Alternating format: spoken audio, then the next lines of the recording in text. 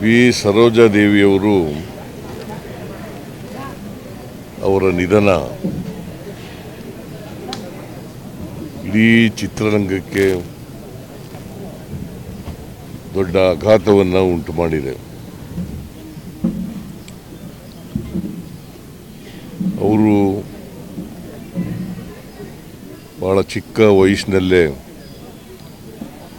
Cinema ರಂಗವನ್ನು ಪ್ರವೇಶ ಮಾಡಿ ಸುಮಾರು 70 ದಶಕಗಳ ಕಾಲ ಚಿತ್ರರಂಗದಲ್ಲಿ ಇದ್ದರು. ತಮಿಳು, ತೆಲುಗು, ಹಿಂದಿ ಈ ಭಾಷೆಗಳಲ್ಲೂ ಕೂಡ ಅವರು ಪಾತ್ರಗಳನ್ನು ಮಾಡಿ ಸೈ ಅನಿಸ್ಕೊಂಡಿದ್ದಂಥ ಒಬ್ಬ ಅದ್ಭುತ ನಟಿ. ಮತ್ತು ಎಲ್ಲ ಭಾಷೆಯ ಹೆಸರಾಂತ ನಟರ ಜೊತೆಯಲ್ಲಿ ನಟಿಸಿದರು. ಅವರ ಆತ್ಮಕ್ಕೆ ಚಿರಶಾಂತಿ ದೊರಕಲಿ ಅಂತೇಳಿ ಮತ್ತೊಮ್ಮೆ ಕೇಳ್ಕೊಂಡು ನನ್ನ ಮಾತನ್ನು ಭಾಗ್ಯವಂತರು, ಬಬ್ರುವಾಹನ, ನ್ಯಾಯವೇ ದೇವರು, ಹೀಗೆ ಅನೇಕ ಸಿನಿಮಾಗಳು ಕನ್ನಡದಲ್ಲಿ ಮಾಡಿದ್ದಾರೆ. ರಾಜ್ಕುಮಾರ್ ಅವ್ರ ಜೊತೆ ಒಳ್ಳೆ ಜೋಡಿ ಇತ್ತು ಅವ್ರದ್ದು.